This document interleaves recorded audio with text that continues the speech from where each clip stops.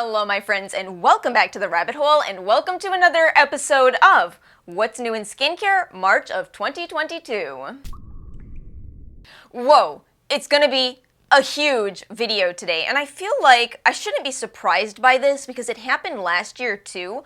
I think that a lot of Sephora brands in particular try to schedule their releases just in time for the Sephora sale. This might actually surprise some of you. You might think, why would companies want to release a product and people can immediately get it for 20% off? I actually think this is a really good strategy. I bet it worked well last year and that's why brands are doing it again. Anyway, that's all to tell you. Today's video is going to be very heavy on the Sephora releases. We also have a lot of Korean skincare, and let me tell you, this whole video is very heavy on active ingredients. In case you are stumbling upon this video or new to this series, every month I go over all of the new skincare releases that I'm interested in talking about. There's officially too many for me to cover everything. We have different categories based on price: drugstore, Korean, and high-end.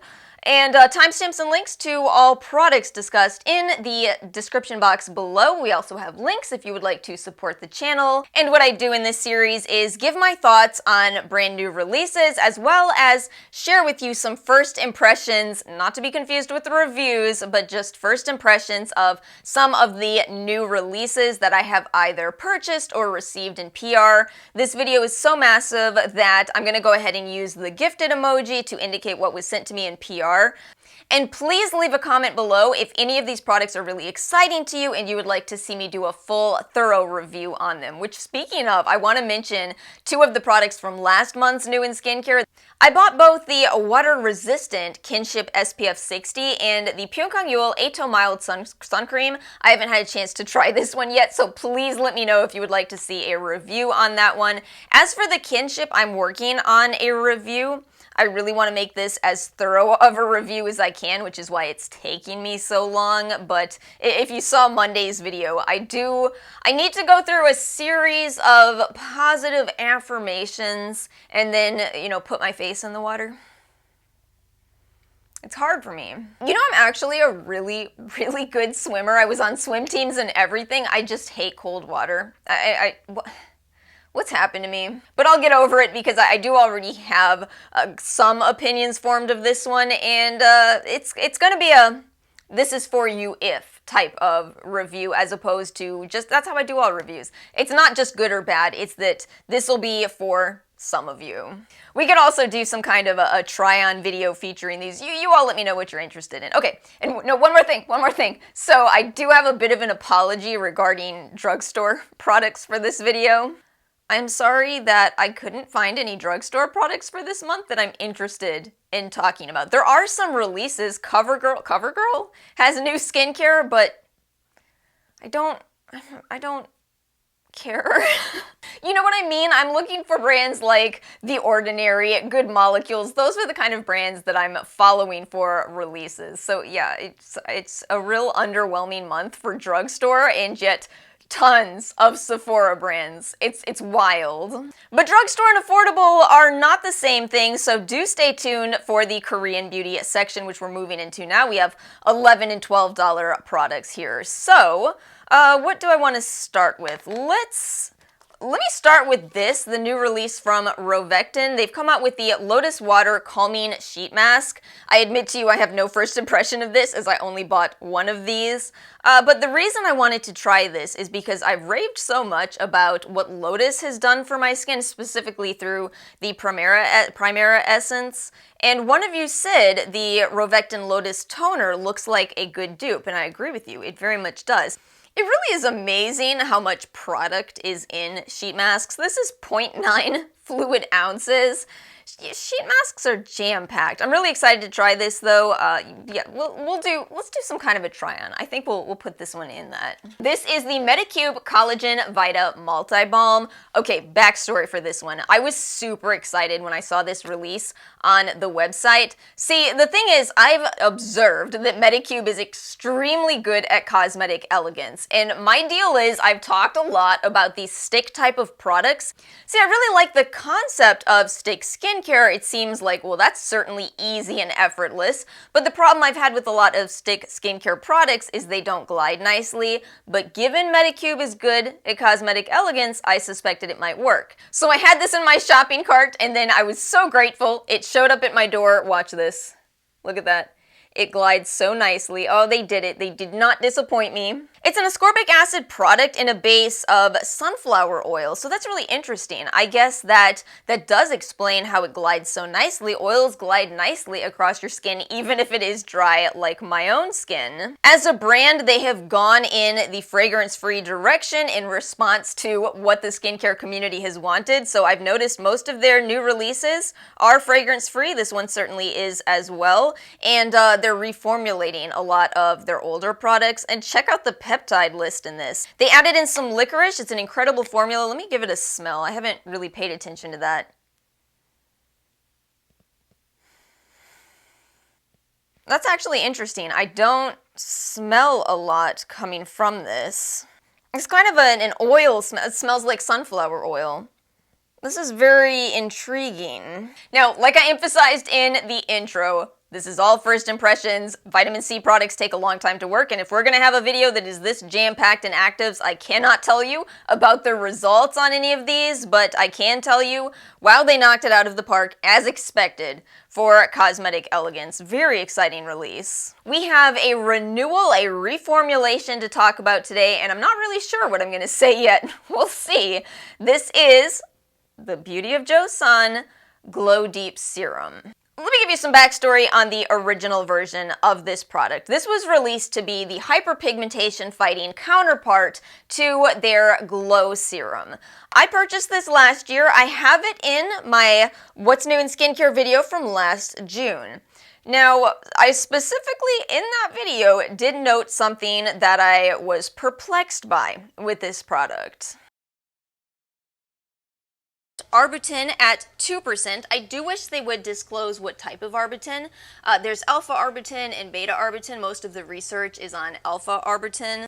See, I remember this really well. I didn't want to guess at this situation, even though I had a sneaking suspicion. I didn't want to guess. So imagine my surprise when people were messaging me saying, no, it's alpha Arbutin. The brand hasn't said that, but I've seen it elsewhere on Instagram. It had me doubting myself, so I just I let it go, to be honest with you. And I do regret that, because I think my instinct on this one was right. But at the same time, the thing that was lingering in my mind is, why would a brand not specify that it's alpha Arbutin if it in fact is? Okay, so here's the reformulation announcement. Beauty of Joseon has now said we are using alpha Arbutin because it is a better form of Arbutin than beta Arbutin. Yes, it is. And what I really want to drive home from this situation, both to myself and to others, is that, it's so important for us in looking at ingredients and a brand's description of a product to not assume. We all wished it was alpha Arbutin, but if the brand isn't being specific, if they're not saying it is this exactly, it might not be. And let me just say, an alpha Arbutin product at this price point is actually amazing. Don't know how they did it. It's amazing. But I guess this is all to tell you, this is the story of how I had to deal with some inner conflict about a brand that I've called my #1 favorite skincare brand. I feel so intrigued that I haven't heard more about this next product. This is an add-on, so to speak, from Canmake, who makes an absolutely amazing SPF product. This is the Cica mint version. How exciting does that sound? Oh my goodness, yes, please. But it's really difficult to find. It's not available for us on the Yes Style website yet, not at Stylevana yet. I, again, had to go to Amazon, where I found all of 2 reviews. One person said that it does have too much of a white cast, and the other person said it's grainier than the original but works well, smells a bit different than the other ones, more like makeup. The green tint does even out skin well, leaving a little bit of white cast. So I was so excited about this, but I will say I really don't like a white cast in my sunscreens. I'm not a fan. That's why I like the Canmake clear version. So is this more like the white version, or is it more like the green version? Let me know if any of you have been able to try this. Again, it just seems to be difficult for people in America to get at this point. And then we have such an exciting release. I am so happy to see this next product. This is the by Wishtrend Vitamin A Amazing Bakuchiol Night Cream. Retails for $33, looks like it is $28 on the Wishtrend website right now. Okay, so what this is a product that has 1% Bakuchiol, actually Bakuchiol, not Babchi or whatever herbivore decided to do, but Bakuchiol at the level it's been studied at, as well as 0.03% Retinaldehyde. This product has no added fragrance. It does have some extracts. We have some fig extract in here, so do check the ingredients if you have allergies. We have some ceramide in here. This looks absolutely amazing. A 0.03% retinaldehyde product for $28 with extra Bakuchiol? See, I really like that brands are doing this combination thing. I've said it before, and I will say it again, I do like Bakuchiol. I just think it's not a complete replacement for retinoid products. It's a nice complement. So to put it together into one product like this, to keep the price low, to keep it fantastic for people with sensitive skin, this is so exciting. I will tell you though, the reason I haven't purchased this yet is because I'm allergic to paying for shipping, of course, and Wishtrend has free shipping over $150, so there's that. I should just suck it up and pay for the shipping though, because this is so exciting. And let me tell you really quickly about retinaldehyde. I've used quite a few different levels of it. I've used 0.03%, 0.05%, and 0.1%. 0.03 and 0.05 are super easy for me to work into my routine. I did have difficulties working 0.1% into my routine, kind of a lot of difficulties. Very similarly to working adapalene or differin into my routine, that's where I start to experience the dryness that sometimes can happen with retinoid products. 0.05, 0.03, wonderful levels. Basically everything from here on out is new releases at Sephora that these brands would like you to buy with a discount. I'm telling you, that's what's going on. So I'm actually going to start out this section by editing into this video. Some sets popped up since I filmed, and oh my goodness, none of you are going to be unhappy about these releases. First off, the Sun Safety Kit 2022 is finally here, just when we all lost hope, right? I think so. Anyway, it is an amazing set this year, $39 with a $185 value. This set is always fantastic though.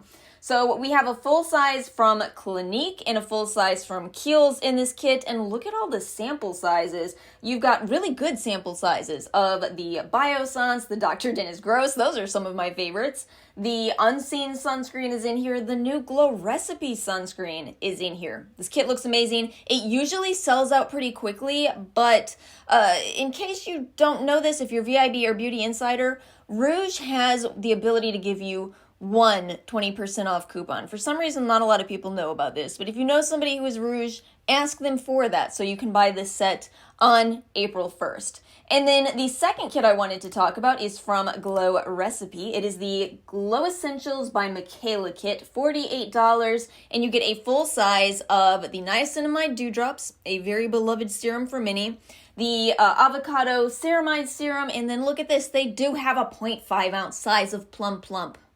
I need Glow Recipe to sell that one alone, personally. But anyway, really cute set if you are interested. Now, I know, because I've had a lot of questions about this, I know that many of you are very interested in the Glow Recipe Strawberry Smooth BHA and AHA Salicylic Acid Serum. It's a little strawberry. Oh my goodness.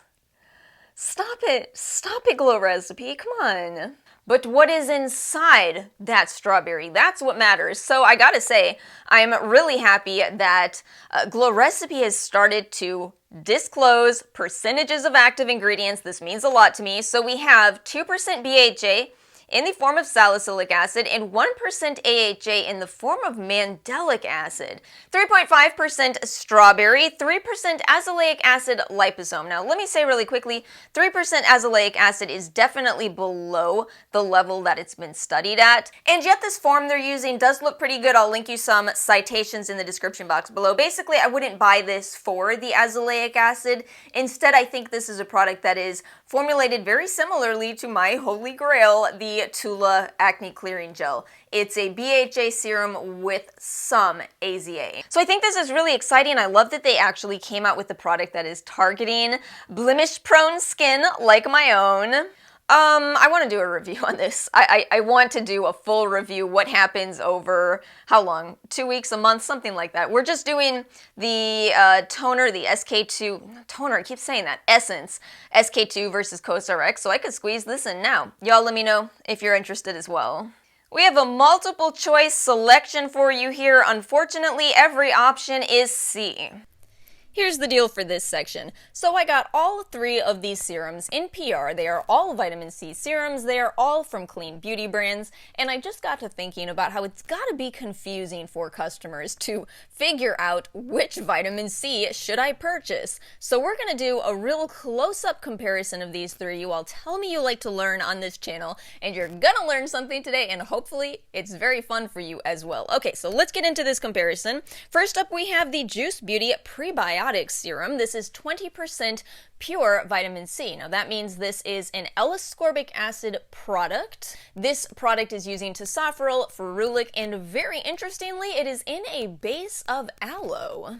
This color right here is exactly what you want to see in your L-ascorbic acid serum. If it's brown, flush it down. If you get that reference, I respect your commitment to the environment. Then we have the Alpenbeauty Bearberry and Vitamin C Glow Serum, which is our best value of these 3, and it has a bit of a glow to it, as well as a vitamin C derivative that we will get to in a moment. And finally, our Rin Glow and Protect Serum, which has a bit more of an oily type of glow to it, and also uses 2 vitamin C derivatives. We will look closely at the one that is higher in the ingredients list. Molecular structures explained quickly. Y'all got this. Okay, first up, L-ascorbic acid from the Juice Beauty Serum. This is the gold standard. This is the studied form. When people make claims like vitamin C can help fight hyperpigmentation, promote the production of collagen, they're referring to this structure and only this structure. But remember, it's fickle. It has stability issues. It kind of is a little smelly, and it does need a low pH, which some people find stings their skin. Now take a look at 3-O-ethyl-ascorbic acid from our Alpenbeauty serum. Do you see the resemblance to L-ascorbic acid? All we have going on here is 3rd position oxygen, 2 carbons. This is the principle of a vitamin C derivative. It converts into your active form of L-ascorbic acid on your skin, and therefore you get the benefits of vitamin C without those cons of ascorbic acid. And finally, let's look at THD ascorbate from our Rin serum, which can only be summarized with, whoa, look at this dude. He is covered in chains of carbon. But if you look really closely, what do you see at the center of that molecule? Oh, there it is, the potential to convert into L-ascorbic acid. And yet, a lot less of this particular vitamin C derivative could become vitamin C in the end. Do you see that? Now, brands like to say this one is stronger because it is oil soluble. That just means that your skin eats it up like popcorn at the Oscars. But that's not really a guarantee that you're getting more from it, just possibly more absorption. Who would I be if I didn't put the full ingredients list up on the screen? You can see that each one of these serums has a lot more going on with them. The Alpenbeauty has bearberry, which is getting attention for being a natural alternative to hydroquinone. The Rin has some sea buckthorn oil. It's not just vitamin C, but I wanted to have that conversation because this is why I emphasize the importance of talking about vitamin C and vitamin C derivatives, simply for clarity.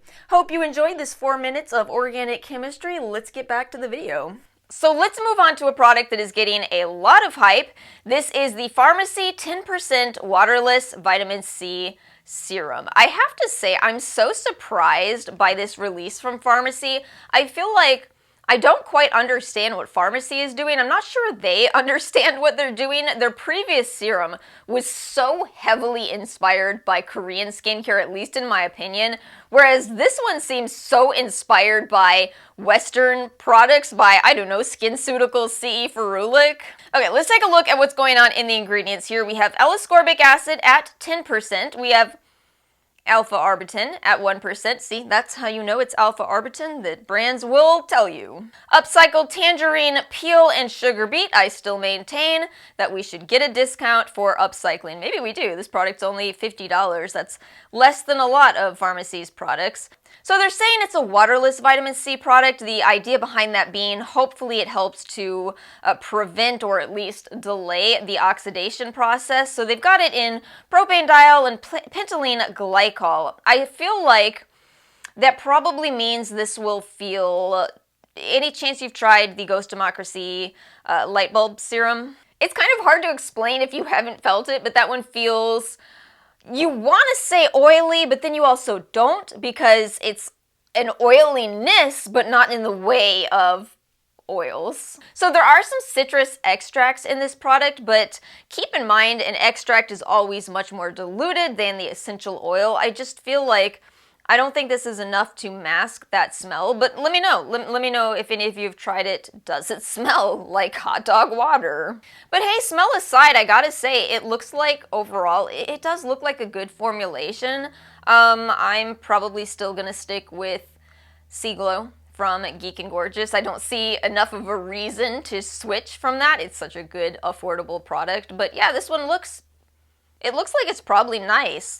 And okay, while we're talking about the most hyped products, let's go ahead and talk about the Youth to the People Retinal and Niacinamide Youth Serum. Oh, I've got to criticize certain elements of this, not the entire product, but just certain things that are screaming at me. If I don't, it's going to haunt me. Okay, so you know how I was excited about the by Wishtrend Bakuchiol with Retinaldehyde? This too is a Retinaldehyde product. Now, I'm going to look at the ingredients list here. It says 15% stabilized retinaldehyde. They go on to say the most potent retinol next to an RX. There is so much to criticize in one single sentence, and I know that some of you skincare enthusiasts caught that, and you feel me. I know you do. Don't make me feel like I'm the only one out here noticing it. Okay, so let's break it down. They're talking about retinaldehyde, and they say the most potent retinol next to an RX. Okay. One could argue that this is a rookie mistake, although I don't expect to see it from a brand, and yet I'll tell you a theory as to why it happened. So here's the thing.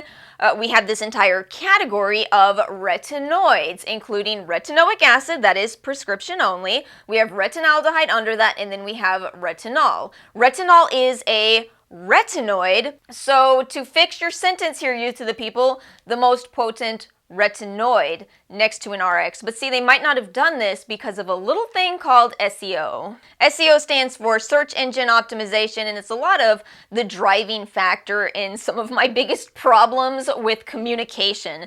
So you know how I'm always saying we need to say vitamin C derivative instead of vitamin C serum. The reason more people don't do this is because people aren't searching for vitamin C derivative serums now, are they? They're searching for vitamin C serums. So it is better for your video, for your blog, for your product to be labeled as a vitamin C serum. In the same way, people know the word retinol, so it is better to call your retinaldehyde product a retinol, even though it is absolutely wrong. Criticism number 2, next to an RX. So that wouldn't be quite true either, because adapalene has more research behind it and it is an active form. So therefore, differin, in terms of strength, you would go tret-differin retinaldehyde. And finally, the thing that I've just absolutely got to point out, because I am me and I'm sorry I cannot change that fact, 0.15% stabilized retinaldehyde. You might look at this and think this is far stronger than the by Wishtrend serum we talked about earlier. But there is actually no way to prove that, because stabilized. You know how I'm always talking about how much I hate the word complex because it tells us nothing? This is another way of saying complex. When you're saying a retinaldehyde that has been stabilized, what has it been stabilized with? other ingredients. So that 0.15% includes the retinaldehyde and whatever stabilizers. And we cannot guess. We can't remember what I was saying with the Beauty of Joseon serum. We can't guess. There is no way to know if this is 0.1% retinaldehyde, 0.02%, 0.01. We have no way of knowing. Let me jump into my own video real quickly and explain that this stabilized retinal idea is overall a good thing. You want to buy products that are going to last the duration of time you own that product, and this way of formulating will help you do that. The concern that I have, the reason I'm going off, is because I think that if you don't understand what that phrasing means, it could have you confused and thinking that you're using a stronger product than you are. So let's quickly look at the number 7 retinol serum, one of my favorite products, y'all know. It says it is a 1.5% retinol complex, right? So they explain this very clearly. It is formulated with 0.3% pure retinol within the 1.5% complex. And look at this, retinol optimizer, that's not something that's going to be on the inky, but they're explaining what it is that's in this 1.5%. Intelligent, slow-release oil encapsulation system. This is the level of transparency that I think really helps us to understand better what it is that we're using. Now, here's another example. We'll look at the A-Game 10 from Geek and Gorgeous. This is also a fantastic product, but it is very strong. A-Game 5, our mid-strength retinal, remember retinal is retinaldehyde. That is a much better option for my skin, but look at this. They explain it is 0.1% retinal. Does that mean that this Youth to the People one is extremely strong? Well, no, because this is pure retinol. See how there's no stabilized written over this? And by the way, this product is about US $20. Okay, now watch this contrast to the way Geek and Gorgeous is describing theirs to the way that Youth to the People is describing this product on their own Instagram account. This person asked, what's the percentage? And their reply is, the Youth Serum has 0.15% stabilized retinaldehyde. Now again, the reason why they keep answering with this word stabilized is because, as we saw with the number 7, that is referring to the complex. They do not seem to be interested in disclosing the exact percentage, but is it possible that people could read this and think, oh, that is just the retinaldehyde? Well, here's why I think that is indeed possible. We'll go over to the Sephora website. I've been looking at the Youth to the People website this whole time. Here's the Retinal and Niacinamide Youth Serum. Look in the highlighted ingredients here. Sephora, no. There's a reason that Youth to the People keeps answering with this clunky phrasing here, and it's not just for funsies, it's because it's not 0.15% retinal, as we saw here with Geek and Gorgeous. It is 0.15% stabilized retinaldehyde. Otherwise, and I want to make sure I'm really clear on this, it does look like a nice product overall, even if a bit expensive, sure, that's Youth to the People, but it does look like a nice formula. I mean, there's no added fragrance in here. I like the addition of the humectants. It's got some ceramides in it. Probably pretty non-irritating, although do check if you have allergies. But yeah, I mean, it looks like a nice product. When brands use phrasing like stabilized or encapsulated or complex, I just wish that all of them would do what number 7 did and explain what that complex means. And my final product that I have here is from Eadem. Nope. I'm becoming obsessed with that show Severance. Anyone else watching it? I think that it's either going to end up being a great show, great like The Good Place, or it's going to end up being terrible like Lost. I just don't know which direction it's going to go in yet. Anyway, sorry. This is the Eadem Cloud Cushion Airy Brightening Moisturizer. So this is a brand that is new to Sephora, although not a new brand. And I was so interested in this brand because I noticed something really special going on here. So this is a brand that was founded by 2 women of color of different backgrounds. One is a black woman and one is, I believe, Taiwanese American. But then you look at the products and you actually see what they're doing. They're not just saying that they are a woman of color owned brand and they're inclusive. They're actually formulating that way, which is incredible to see. Tetrapeptide 30. So that's a peptide that is used both in fighting hyperpigmentation and also has anti-inflammatory benefits to it. But get this, the manufacturers of this tetrapeptide 30, every peptide has manufacturers, the manufacturers did studies on this. So they were looking at improvement in hyperpigmentation, and they said, okay, we need to make sure we're testing this on people of all skin tones. So they did test this product on Black people, as well as Asian people, as well as Caucasian people. That is putting your money where your mouth is. That is absolutely incredible. They found a peptide that's been tested on all skin tones and formulated with it. It also has some snow mushroom. That ingredient has been getting a lot of attention, some ceramides, squalane, and in usage of this product, it's so interesting. It's so interesting because it's one of those rare moisturizers where I have really dry skin, and I can put on too much moisturizer and not notice it. This one is so hydrating that I don't over-apply it. They did a good job of condensing the packaging as well. I think this potentially is a product where someone could say, oh, it looks really small, but again, 1.69 fluid ounces, that's the standard size of a moisturizer. Not much added scent. I believe this one has, yeah, it has rosemary extract. That is one of the extracts that I can smell out in a moisturizer. I like rosemary. Do you all like rosemary? It's such a tiny little brand. They only have a serum and a moisturizer, but honestly, to that I say good. Clearly they're spending a lot of time developing their products and coming out with really high quality products. 2 more products for this month. We're gonna fly through these last 2 here. I've just simply got to comment on this new release from Drunk Elephant. I know a lot of people don't love the brand, I get it, but I've got to comment on it because it's so fascinating how much Drunk Elephant has just wholeheartedly embraced this direction of body care. They have taken to it like a fish takes to water. Wonderwild Miracle Butter, it says that it is for windburned cheeks, dry elbows, cracked heels, or chapped lips. Thank you kindly to the person who posted the ingredients. Let me give you an update. I don't know why sometimes products appear without the ingredients list. That's baffling. But anyway, it is a formula that is using all of these oil type of ingredients in place of something like your petrolatum ingredients. So yeah, it might actually be a nice product. Probably am going to skip it as I have a lot of body care and I'm okay with petrolatum, but honestly I think it's an interesting release. And my very last product for this video is from Kopari. It appears that this is not yet on the Sephora site, but I hope it does come. This is the Sun Shield Body Glow SPF 50 Broad Spectrum Sunscreen. Oh my goodness. Do you all see this picture? Can you imagine applying a sunscreen that looks like that? It looks so beautiful. Oh my goodness. I probably will not buy this because it is a chemical filter formula, but that works for many people. And oh my goodness, I am so jealous of the people that works for because it looks so beautiful. But that is it, my friends. That is everything for what's new in skincare March of 2022. Let me know your thoughts in the comment section below. Let me know if you are picking up any of these. Let me know if you have already tried them. And of course, please, let me know what you would like to see me do a more in-depth review of.